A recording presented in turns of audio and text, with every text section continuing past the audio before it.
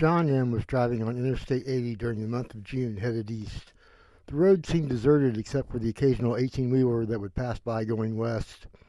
He expected to come upon and pass another 18-wheeler sometime in the next 20 minutes. He was going too fast for one of them to catch him. The radio played with plenty of static to accompany the music to let the listener know they were a long way from any kind of civilization. A quick scroll down the dial reveals one rock station, two country, and the rest all religion all the time. It quickly becomes apparent that the folks out west still get lots of love for hearing about the Bible. Stars littered the night sky, saving it from being a constant black darkness. Between them and the quarter moon that had shown up to offer its share of illumination, a human being might be able to see well enough to walk down the road without tripping over trash or something else thrown out in the road. John looked out to his right and could see the silhouettes of the nearly knee-high scrub brush that was basically the only thing growing on both sides of the highway.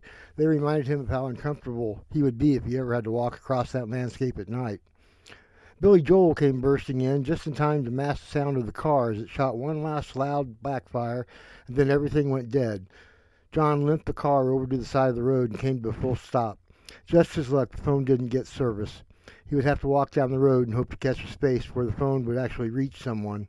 He did a quick search and brought out some things placed into a carry bag that he thought might come in handy while figuring out his situation.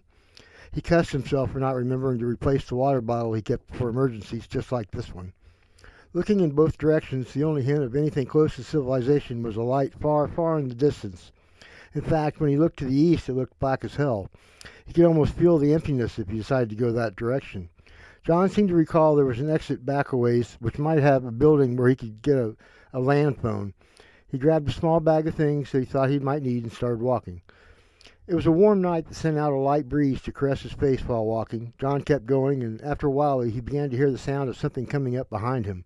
No light, except that which was on his phone. He tried to shine the light behind him to see what he kept hearing, but everything was black. That didn't seem right. He should be able to see something back behind him, besides just darkness. He kept his gaze while continuing to walk. Surely an 18-wheeler would be coming down the highway sometime soon, and he would be able to see its lights. But it only looked extremely dark behind him while offering a curious noise he didn't notice was with him when he started. Eventually the noise got loud enough, or perhaps better said close enough, that John could make out the sound as being of 2 feet moving. Only they didn't sound like feet. They sounded like hooves. You probably don't know that you would know this, but the difference between hearing something moving around on hooves with 4 legs compared to something moving around on hooves with 2 legs is extremely disturbing. The friendly clickety-clack just becomes clickety-clack, and you are left listening for that second set to happen, but it never does. And it gets you on a subconscious level, because that subconscious part of you knows the only thing known that has hooves and walks on 2 feet is the devil himself. Those hooves made a steady sound that was a bit unsettling because it was so relentless. It sounded big and heavy in the way it sounds when a lot of dead weight is being laid down on the ground. Picture half a Clydesdale. John tried calling out but received no reply. Just that steady sound of 2 heavy-footed hooves moving along. They sounded like they were getting closer, but try as he might, all he could see behind him was darkness. It left him feeling disturbed and frightened. It was a steady sound, and he began to feel he was better off the way things were than if he turned around and forced the subject. He did call out and announce that he was not afraid and that he was carrying protection, and that if he was forced into a bad situation, that he wasn't going to hold back. But still, all he heard was that noise of the hooves shuffling behind him. Then began the giggling. Whatever was behind him was giggling. He wanted to turn around and charge into that cloud of darkness and find whatever was giggling and give it reason not to giggle. Yet another part of him, a bigger part, said no. And this began to wear on John. No answers, despite him doing everything from making promises to making threats. He received no reply, only that steady sound of the 2 feet getting ever closer and the giggling. John decided he couldn't stand the way things were a minute longer. He paused, holding the phone in his hand with the dim light it provided. In the end, he concluded he didn't want to see what was coming up behind him, and he ran ahead and put some distance between himself and that steady sound. He could tell by the sound that he had put some distance between them, but whenever he looked back, all he could see was a whole lot of black. Whatever it was that was following him in that very steady, slow pace was not slowing down and continued to follow him, going the same direction, continuing the same giggling the whole time.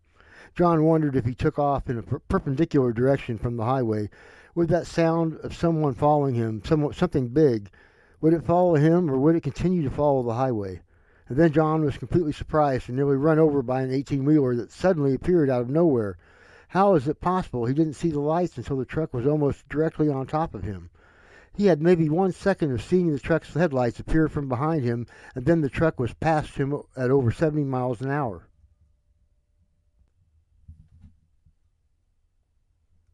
The semi flew past John like it never saw him. He had to fling himself off the blacktop in order to avoid being run over. His effort and the strong rush of air that also pushed him further off the road made it impossible for him to keep his balance, and he went tumbling over. The rush of air reeked of burnt ozone and copper. He couldn't help but think of blood when thinking of copper as he lay there looking up at the stars. This took a toll on him, and he was not able to get back on his feet right away and keep moving like before, which allowed the thing following him to get closer than ever before. He actually felt the darkness as it began to overcome. The stench of the combination of copper and burnt ozone was thick in the air. He actually thought he could hear something, saying over and over, "I'm so hungry." It was low and slow, but that was what it was saying. And then the giggling was there, happier than ever. John stumbled to his feet and began to run ahead of the thing following him. When he had gained maybe 40 yards, he stopped his sprint and concentrated on keeping a steady pace while gasping to get his breath. Whatever was inside that darkness was not his friend. Perhaps it wasn't trying to be dangerous, but he was pretty sure that nevertheless it was a danger. And perhaps it meant him no harm, but he was pretty sure that it did in fact meant to do him harm. The hairs on the back of his neck and on his arms were standing straight up. It was a crazy scenario, but he certainly couldn't holler time out and cry that this wasn't fair. The cold hard fact was that he was out there by himself in the middle of the night with something big following along behind him, saying it was hungry, and he never wanted to be someplace else more than this night. He felt like he was the only human being on the planet, trapped out there with some huge, hidden in the darkness monster. And suddenly on the horizon ahead, he could see the lights of two trucks barreling toward him. Despite being the only two vehicles on the road, at least that he could see, they were side to side and each trying to get ahead of the other, and neither being successful. John had time to think to himself how typical of truck drivers. The only thing more cliche would be if they were going up a steep hill. He watched the two trucks racing toward him. They went past his location doing every bit of 75 miles an hour. They were vehicles headed in the opposite direction of where he was walking, and these trucks were headed in the direction he had originally been going before having that breakdown and deciding to walk back the way he had just come, rather than the other choice. As he would come to understand, it was perhaps a life-saving decision when he chose to go back the way he had come instead of going forward, because the two 18-wheelers that were nearly side by side flew past John, and as he watched them race past, they just disappeared into the blackness that had been following him. Yes, it reached across the two roads. It appeared to stretch out a distance. Of course, who could be certain since it was nighttime and the circumstances were less than ideal? He only had a few seconds to look at it while the lights of the trucks illuminated it. But one thing was for certain. After the trucks entered the darkness, he could no longer see their lights becoming dimmer. They were just simply there 1 second and gone the next. The same with the sound of the big diesel engines of the trucks. 1 second he could hear them sucking down fuel and making those big pistons pump, and then the next second, nothing. And as the lights went out, so did the sound. Just then another 18-wheeler came charging out of the blackness going his direction. It appeared just a short ways behind him. John tried to flag down the big truck, but once again he was pretty sure the driver never knew he was there. The truck was past him before there was time to do anything, and once again he was hit with a hot flash of air that reeked of copper and burnt ozone.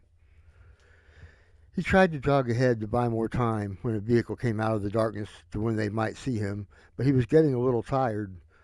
Never getting a chance to rest was taking a slow toll. John began to wonder how long he was going to have to keep this up. Daylight was now seeming like it was his best chance.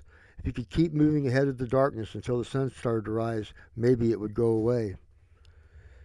The night went on, and John was never allowed to rest. He felt lucky that they were on a stretch of highway that was fairly flat. If he came upon a steep uphill climb, he felt he was finished. Several times 18-wheelers came racing through the blackness, but each time it was the same. He couldn't get anybody to see him before they were long past. Each time he only had a couple of seconds' notice that the trucks were there. At some point in the night, John began to hear an increase in the giggling. It sounded like it had increased. Perhaps it was just wearing on him so harshly that he only thought it had increased. Then he heard the words, "I'm so hungry," being said in a slow, low-type voice, although it didn't sound like the voice of a human being. As strange of a thing, not to mention frightening, in the end it really didn't matter. Before he could worry about anything like that, there was the requirement to keep moving that had to be considered first. It was continuing to wear on the man. He would have given anything to just get off his feet for 5 minutes. 2 more trucks came through the blackness, and 2 more going the opposite direction went into it to never be seen again. And during all this, John was forced to keep his pace, keep moving, or fall into that copper and burnt ozone smelling darkness that promised to not let go of its dead. And then there was the giggling again. John was so far to the point of exhaustion that he was no longer turning around to see what was making the giggling sound, to see what kept saying it was hungry. And then he had all he could stand, so he did turn around, and what he saw was shocked him. "I'm curious, right before you hit the deer-head creature, what were you experiencing?" John asked. Everything was the same as it had been all the way to that point. I had no type of early warning or hint that I was about to experience what I endured. She paused and then added, "I tried to steer around the deer-head creature, and that was what caused me to roll the car. My father always told me to drive through a deer, but when I saw it on 2 legs, I didn't register it as a deer. I thought it was going to hit a human being. I didn't notice the antlers and that it had a deer's head until I was already beginning to roll the car." "Well, it's no big deal. I was just curious," he replied. Once again, John heard that faint giggling. Could it be the deer-head creature? She had hit it at a pretty good pace. Hard to believe it was already back in stalking and hunting condition. John began regularly checking behind them with his phone light, trying to see if that creature was back there. Next came the "I'm hungry" voice. That wasn't a human voice. It was low and slow and very intimidating. John thought the hungry voice was coming from the darkness. He thought the giggling was coming from the deer-head creature. He didn't ask Julie about it because he was afraid she hadn't heard it, while another part of him was afraid that she had heard it. In the end, what gave away they both were hearing the same thing was when they both looked back behind them at the same time right after they heard it saying, "I'm so hungry." There seemed little reason to ignore the voices any longer, so John went at it head on. I think there are 2 separate entities involved. The deep-voiced non-human sound we hear that is saying, "I'm so hungry," and the giggling, which I think belongs to the deer-head creature. I think they are connected, but I don't think they are the same thing. I figure that is why the one is continuing saying how hungry it is to the other, like it is saying it to the other entity in an effort to get what it wants. Sort of like you might say the same thing to a sibling, someone you wouldn't have any qualms about taking the last piece of pizza, that sort of thing. "Well, it makes as much sense as anything else," Julie replied. "I wonder if they hear us, if they understand us. Why are they after us? What did we do?" "I think we're dealing with something which is beyond the norm, something that lives to do what it is doing now. There was some sort of creature which was said to live in Oregon, which we aren't that far from, that was supposed to be a land whale that would attach itself to the top of mountains, and when an unsuspecting traveler came along at lower altitude, it would let go and slide down the mountain, taking out everything in its way, and gulp up the visitor, and then it would slide up the next mountain and place itself in a position to do it all over again. Up until now, I thought that it had to be one of the silliest of all the old myths. But that could be what is behind us, only it doesn't have the advantage of sliding down a steep mountain slide to catch up to us unsuspecting travelers. I wonder what things look like after it has crossed over that part of the road. The whole legend about it being a whale could maybe explain why people are getting through the darkness going one direction, but are getting eaten going the other. Maybe it isn't a mouth, but for the ancient Native Americans, I bet that sort of situation would be explained by there being a mouth. Naturally, you can only be killed by entering a mouth from one direction. Going the other direction, Julie was cut off. "You would escape being eaten," John finished for her. "Of course. What if the thing has grown smarter over the years, and now it has learned it can eat people without giving away its position if it doesn't slide down a mountainside? Think about it. That would have worked back in the day. But these days, doing something like taking out the side of a mountain or even a strip wide enough to allow skiers would be a dead giveaway. But attacking people on flat ground, it might take longer, but it would leave much less evidence.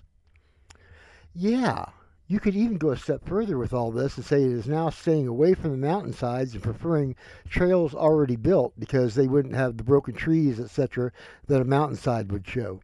So it might still be causing the disappearance of people on mountains, but now it's sticking to the trails. And she then added, of course that might be taking it too far, but just saying it if it just I'm just saying if one is possible then the other is, and we know the one is possible. Either that or I'm going to wake up and be able to say I thought I knew what a nightmare was, but that up until this experience anything I had was at worst a bad dream because this is a nightmare. Well, I wish I could tell you you're going to wake up safe and secure, John said. Maybe we should just walk for a while. Another hour passed, and John was really starting to feel the toll of such a long walk without ever getting to take a real break from the action. He calculated there was another 3 to 4 hours before the sun would make an appearance. Glancing over at the pretty lady named Julie, he could see she was also feeling the damage done of having walked so far, while probably needing to be checked out by a doctor. The leg was at the very least sprained. John broke the night's silence and said, "Let's make a deal. I caught myself almost falling asleep a few minutes ago. I think we should start watching each other a little better, and if we see the other starting to nod off or do something that is not to our best interest, to then speak up and keep the other awake." Julie suddenly and violently slapped herself in the face. It made a loud sound. John was immediately more awake than he had been in hours. "You want one?" she asked him. "No, not yet anyway. As violent as yours sounded, I think it will serve to keep me awake for a while. That said, you see me starting to nod off, then haul off and give me a good one," he replied. "You can bet on it," Julie replied. Then she laughed, and that caused John to join in. It was a moment where both parties were able to lose some of the anxiety which had been building all that night and early morning. "Methinks thou doth agree too much," he said, and then they both dropped off in conversation. There was a reason. They were both trying to figure out if they had just heard that low, slow announcement that something is hungry. Neither had said anything to the other about hearing the statement, but it only took a shared look for them to both know they had indeed heard something saying it in a very low, slow tone. "Well, nice to know we haven't been forgotten," he said. "You should try being a woman of young age. The only time I feel forgotten is when I am alone someplace where I know nobody else can see me. Don't get me wrong, I feel lucky to have been blessed with the appearance that God gave me, but you don't ever get a moment to truly relax, not if you are someplace where there are other eyes. Maybe I will miss it when I am old and not so attractive anymore, but in another way it seems like it might be better. I bet that sounds conceited." John laughed and said, "You know, I could see initially that you were an attractive woman, but for the most of the night we've been in such darkness that at best I could make out your silhouette, which admittedly paints you very nicely. But the reason I laughed is because you are probably what is saving my life. There is a part of me that is dying to see what you look like in the light because your shadow has so much promise. I hope that isn't too creepy or forward." "Maybe under other circumstances, but I'm glad to know I'm doing something to help the situation, even if it is unintentional." "Well, I wouldn't have wished it upon you, but since you're here, then you know the old saying, misery loves company." They both found a chance to laugh again and lose some more built-up anxiety. It was enough to get both parties back in a much better focused approach to what they were doing. "You know what I think it is?" She didn't wait for her reply. "I think it's the Wendigo. I studied Native American history. Many of the tribes that lived along the northern border of the states believed in an evil being they called the Wendigo. It was supposed to be a medicine man that had went too far to the dark side, and it resulted in him being turned into a creature that is always hungry for human flesh and can never be satisfied." Then John said, "Oh, truck coming at us. Are we going to try and stop it?" He didn't really even wait for her to reply. He started running as he asked the question because he figured he was going to need every advantage possible if he was going to be able to keep up with what was going to be needed. Both he and she took off running at an angle so they were continuing to move away from the darkness, but at the same time they were leaving their side of the highway and crossing over to the other side, the eastbound side. When they got there, they ran down the side of the highway in the gravel shoulder area toward the oncoming traffic. They didn't dare venture out onto the blacktop and risk getting run over by a semi that couldn't get stopped in time. For the first time that night since having to get out and walk, John felt like he was back in control of his life. They were going to decide what happened next, not just have to wait and see what happened and live with what happened. It was re-energizing and gave him a new shot of hope that nothing short of a ride out of there could have done, or maybe the sun coming up, if that actually would work to get rid of the darkness. Neither of them had found anything they could use to flag down the oncoming traffic. John had held out hope they might find a board or even a length of pipe, anything which they could soak in the gasoline and still be able to hold it so they could wave the thing back and forth in hopes of getting attention.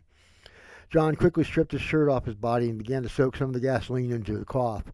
He grabbed into his front pocket and brought out a disposable lighter. Quickly he set the shirt on fire while letting it drop to the ground. Next he looked it over and found a spot where he could hold onto the burning thing. The oncoming traffic was an 18-wheeler. John began to wave the burning shirt at the oncoming headlights. The sound of air brakes being tested filled the early morning with an optimization that was new to both him and her. For the first time they thought they had a chance to keep someone from driving straight into that blackness.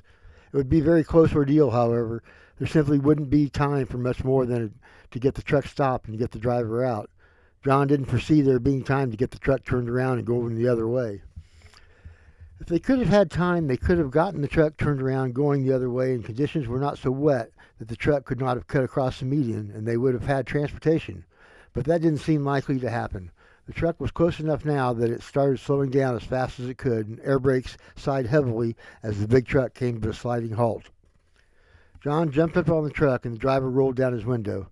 "You're not going to believe this, but—" and he began to tell the driver the story and pointed out the darkness and how it was just a little darker than the rest of the night.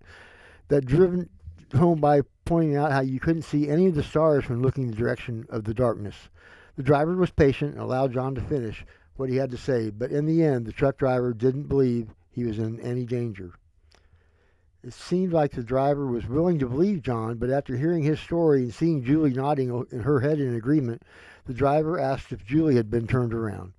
When she admitted she had driven through the darkness to come out on this side of it, the truck driver changed his mind. "If you can make it through there in a car, then I surely can make it through there in a truck," the driver said. "And if there is a Wendigo waiting for me when I come out on the other side, I won't be swerving to miss it." John still had one last card to play. "Please make a call on the CB. Just see if you can get anybody to reply that is headed east and is further than our location." There was no reply. The two tried to argue, but they were out of time. By that point, the darkness was upon them. As John jumped off the cab of the truck, running board, he could smell the copper and the ozone combination filling the air. The man in the truck hit his brake pressure and he put it into gear and started straight into the darkness cloud. John ran a short distance to catch up with Julie, and then they turned to watch the truck disappear forever. They jogged to get some further distance between themselves and the darkness, and once again they continued their seemingly endless walk. Another hour passed. Both he and she were spent. Her fighting, the injured leg, and him giving in to exhaustion. Neither of them had anything to drink for hours as well. John was aware that when you are exhausted and dehydrated, that it is easy to make bad judgments. "I'm ready for that slap now," he said. "Whap!" "How was that?" Julie asked, smiling. "You enjoyed that entirely too much," he replied, rubbing his face. "Yeah, I did, didn't I?" Julie laughed. "It's catching up with us again. We'd better do some more running." The two quit talking and started jogging. "Do you think he made it?" Julie asked, between breaths. "If I'm being honest, no, I don't think he made it." And he took a second to gather another breath and then said, "Frankly, I don't know how much more I can go. I'm getting really tired." John stopped and took her hand. "When it comes time I can't go any further. You must go for both of us. You still have some energy. You didn't start walking nearly as early as I did." "That is a long time off. We still have the morning to look forward. I believe you are right. I don't think the darkness can stand the light," Julie said, taking his hand. "Let's stop wasting our breath talking and concentrate on staying ahead." Wiser words were never spoken, John said. They continued walking, this time hand in hand for a distance. He couldn't help but wonder if it was going to hurt when the darkness overtook. Julie couldn't help but notice how often John was looking back behind them. What was she going to do if he stopped walking? She certainly couldn't make him go. The thought of being out there alone walking ahead of the darkness was almost overwhelming to her. If I go ahead, so to maybe be able to get one of the trucks coming out of the darkness to stop, will you promise me to not stop walking?" She kept her eyes on him and then said, "Never mind, I don't trust you to keep walking. How about this? I said I was going to see the morning, and I will. When the sunlight appears, we will go with your plan if the problem hasn't gone away. I won't have much gas left in the tank by then anyway. If the sunlight doesn't get rid of the darkness, then my only chance will be if you get someone to stop. It will be my last chance." Julie thought about what he said and decided he was right. True, she didn't want to be left alone, but she had to think of John. He was exhausted. His only chance was to get transported away from the darkness. "Okay," she said, "let's concentrate on staying ahead." They had reached a point where they were too tired to get out ahead of the darkness to try and flag down a truck before it entered the darkness going east, so they decided to go back over to the other side of the highway, the side where the trucks would come out of the darkness with no warning. Maybe one of them would see the two walking on the side of the road and stop.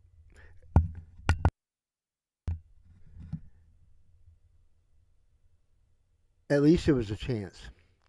Several times a truck or even a combination of trucks and cars came charging out of the darkness, which was now just 25 yards behind them. Each time it came as a surprise, and though both of them tried to flag down the vehicles which passed them, the 75 plus miles per hour they were traveling was just too fast for them to see someone on the side of the road in the dark when they had only a short distance for that to happen. And the giggling continued, and so did that inhuman voice stating how hungry it was.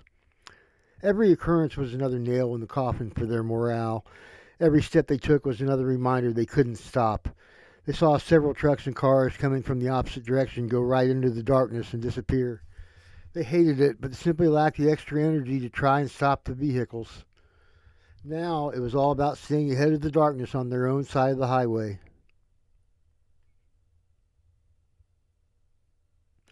It was brutal on their desires to keep themselves alive because they were blaming themselves for every person who they couldn't stop that entered the darkness. Plus, keep in mind, as all that was happening, they had to remember to stay ahead of the game. Keep moving. Always must keep moving. There were a couple of times they stopped, neither one saying anything. They just needed to rest for a bit. Then they would urge the other to get going, and finally, in an effort to boost himself, John said, "I have a confession." "What's that?" she asked. "I've been following behind you for the entire night, and I don't care if I fall over dead afterwards, but I want to, and I am going to hang around long enough for the sun to come up so I can see just how good looking that ass of yours is.